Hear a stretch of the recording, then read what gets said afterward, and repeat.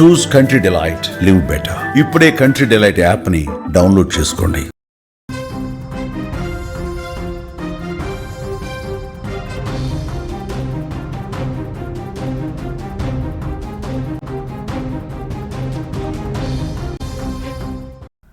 Breaking news చూస్తున్నాం.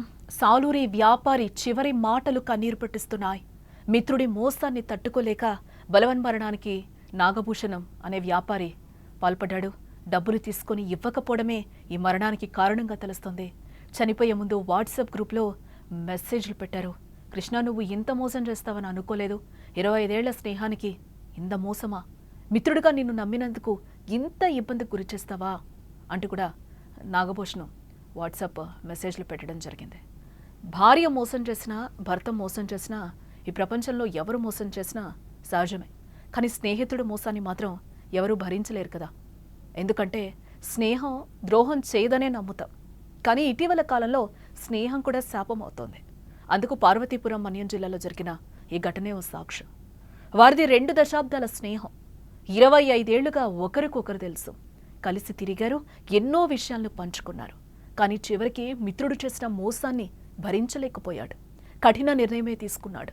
కృష్ణ, నువ్వు ఇంత మోసం చేస్తావని అనుకోలేదురా అంటూ చివరి మాటలు చెప్పి బలవన్మరణానికి పాల్పడ్డాడు.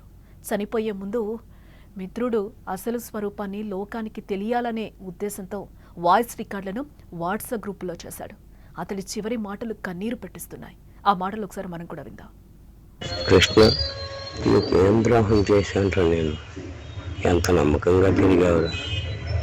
అన్నదమ్ములా కలిసి మెలిసి తిరిగాం గత 25 సంవత్సరాలు. ఒక్కరోజు కూడా నేను తప్పుగా అనుకోలేదురా. నువ్వెంత ద్రోహం చేస్తావని కళ్ళలో కూడా ఊహించలేదురా. నీకు నా షాపు వడ్డీల కిందే కదా నేను అప్పచెప్పాను. స్నేహితుడి సొమ్ము తినకూడదని ఒక్కనాడైనా ఆలోచించావురా నాకు ద్రోహం చేయకూడదని. నువ్వు చెప్పినట్లే కదా అన్నీ చేశాను.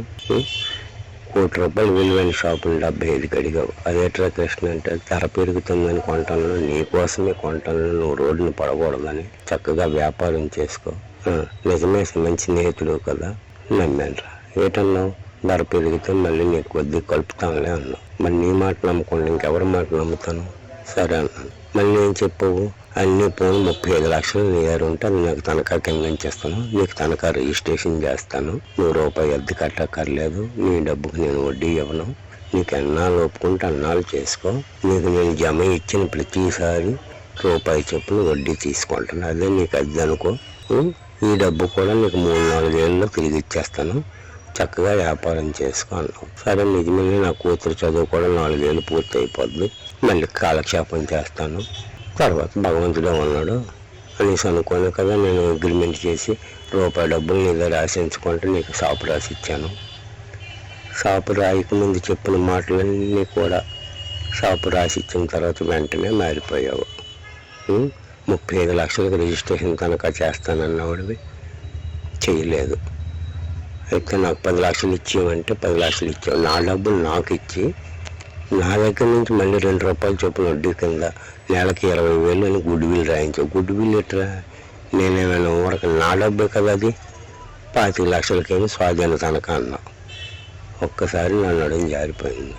నా అమ్మకాలన్నీ తల కిందలైపోయి సమయం మించిపోయింది. నీకు రాసి ఇచ్చాను కదా, ఇంక నేనేం చేయలేను. నీ చేతిలో చిక్కాను కదా, నీకు నచ్చినట్టు ఆడుకుంటున్నావు. న్యాయం కాదు కదా.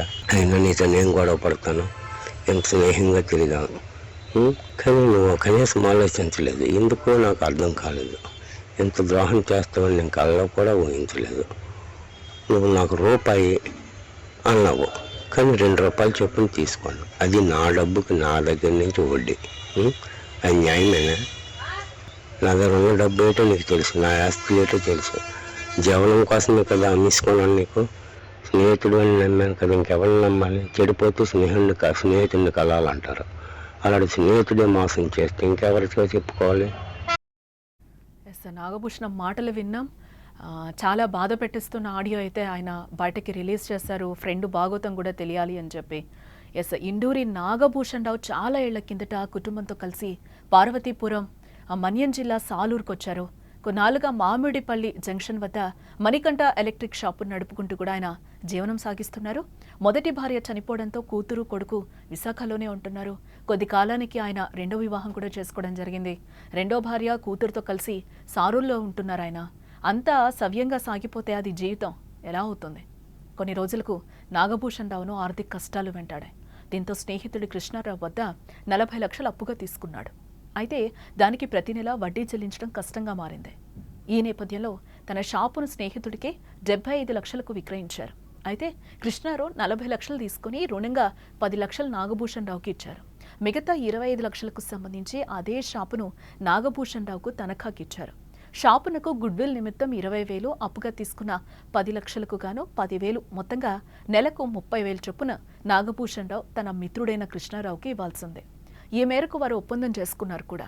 ఇటు మరోవైపు నాగభూషణ్ రావు మరికొంతమంది వద్ద కూడా రుణంగా కొంత మొత్తం తీసుకున్నట్లుగా తెలుస్తోంది. అయితే కృష్ణారావుకు వడ్డీ సకాలంలో చెల్లించకపోవడంతో, స్నేహితుడి మోసం భరించలేకపోవడం, ఇతరులకు కూడా డబ్బులు ఇవ్వలేకపోవడంతో మనస్తాపం చెంది చనిపోయాడు. చనిపోయే ముందు తనలోని బాధను బయటపెట్టాడు. కృష్ణ, నువ్వు కావాలనే కదా ఆ కాగితం అలా రాసావు? 4/20 కదా అది? ఆ కాగితం బయటకొస్తే నీ పరువు మర్యాదలు పోవా? మోసపూరితంగా నా సొమ్ము కాచేయడానికి కదా అలా రాసింది. నా షాపు స్వాధీన తనఖా పత్రం ఎలా రాసుకున్నావో ఒకసారి చదువుకొని చూడు. దానిని ఎవరికైనా చూపించు. కావాలని మోసం చేయడానికి ఆ కాగితం అలా రాసావు. నా డబ్బును అన్సెక్యూర్ చేశావు. నేను రోజంతా కాకిలా కష్టపడితే నువ్వు సాయంత్రం గద్దలా వచ్చి డబ్బులు తన్నుకుపోవడం ఎంతవరకు సమంజసం? నా డబ్బులు నాకే ఇచ్చి వడ్డీ తీసుకుంటున్నావు. నా 25 లక్షలు నీ దగ్గరుంచుకొని వాటిని నువ్వు వడ్డీకి తిప్పుకోవడం సబబేనారా? మిత్రుడిగా నిన్ను నమ్మినందుకు ఇంత ఇబ్బందికి గురి చేస్తావా? నీ కారణంగా నేను చనిపోతున్నాను. నా చావుకు నువ్వే కారణం. నా కుటుంబాన్ని అధికారులే ఆదుకోవాలి అంటూ నాగభూషణ్ రావు మరణించే ముందు వాట్సాప్ గ్రూపుల్లో వాయిస్ మెసేజ్లు పంపించారు. ఇందాక మీరు విన్న ఆడియో కూడా అదే. ఎంతటి బాధ కదా! కష్టాలొస్తే ఆదుకోవాల్సిన స్నేహితుడే కష్టాల కొలిమిలోకి నెట్టేసి చనిపోయే స్థితికి తీసుకురావటం నిజంగా కన్నీరు పెట్టించే విషయం. బంధాలు, బంధుత్వాలు, స్నేహాల కంటే డబ్బే ప్రాధాన్యమని మరోసారి ఈ ఘటన రుజువు చేసింది. అన్నదమ్ముల కలిసిమెలిసి గత 25 సంవత్సరాలు ఒక్కరోజు కూడా నేను తప్పుగా అనుకోలేదురా. నువ్వెంత ద్రోహం చేస్తావని కళ్ళలో కూడా ఊహించలేదురా. నీకు నా షాపు వడ్డీల కిందే కదా నేను అప్పచెప్పాను. స్నేహితుడి సొమ్ము తినకూడదని ఒక్కనాడైనా ఆలోచించావరా నాకు ద్రోహం చేయకూడదని? నువ్వు చెప్పినట్లే కదా అన్నీ చేశాను. ₹1,00,00,000 విలువైన షాపుని 75 అడిగావు. అదేట్రా కృష్ణ అంటే ధర పెరుగుతుందని కొంటంలో, నీకోసమే కొంటంలో నువ్వు రోడ్డును పడకూడదని చక్కగా వ్యాపారం చేసుకో. నిజమే, మంచి స్నేహితుడు కదా, నమ్మానురా. ఏటన్నావు? ధర పెరిగితే మళ్ళీ నీకు కొద్ది కలుపుతానులే అన్నావు. మరి నీ మాట నమ్మకుండా ఇంకెవరి మాట నమ్ముతాను? సరే అన్నాను. మళ్ళీ ఏం చెప్పావు? అన్నీ పోను 35 లక్షలు నీ దగ్గర ఉంటే అది నాకు తనఖా కింద ఇచ్చేస్తాను. నీకు తనఖా రిజిస్ట్రేషన్ చేస్తాను. ₹1 అద్దె కట్టక్కర్లేదు. నీ డబ్బుకు నేను వడ్డీ ఇవ్వను. నీకు ఎన్నాళ్ళు ఒప్పుకుంటే అన్నాళ్ళు చేసుకో. నీకు నేను జమ ఇచ్చిన ప్రతిసారి ₹1 చొప్పున వడ్డీ తీసుకుంటాను. అదే నీకు అద్దె అనుకో. ఈ డబ్బు కూడా నీకు 3-4 ఏళ్ళలో తిరిగి ఇచ్చేస్తాను. చక్కగా వ్యాపారం చేసుకో అన్నావు. సరే, నిజమే, నా కూతురు చదువు కూడా 4 ఏళ్ళు పూర్తి అయిపోద్ది. మళ్ళీ కాలక్షేపం చేస్తాను. తర్వాత భగవంతుడే ఉన్నాడు అనేసి అనుకోను కదా నేను అగ్రిమెంట్ చేసి ₹1 డబ్బులు నీ దగ్గర రాసించుకుంటే నీకు షాపు రాసి ఇచ్చాను. షాపు రాయికి ముందు చెప్పిన మాటలన్నీ కూడా షాపు రాసి ఇచ్చిన తర్వాత వెంటనే మారిపోయావు. 35 లక్షలకు రిజిస్ట్రేషన్ తనఖా చేస్తానన్నవాడివి చేయలేదు. అయితే నాకు 10 లక్షలు ఇచ్చేయమంటే 10 లక్షలు ఇచ్చావు. నా డబ్బులు నాకు ఇచ్చి నా దగ్గర నుంచి మళ్ళీ ₹2 చొప్పున వడ్డీ కింద నెలకి 20,000 అని గుడ్విల్ రాయించావు. గుడ్విల్ ఎట్రా? నేనేమైనా ఊరక నా డబ్బే కదా అది. 25 లక్షలకేమో స్వాధీన తనఖా అన్నావు. ఒక్కసారి నా నడుము జారిపోయింది.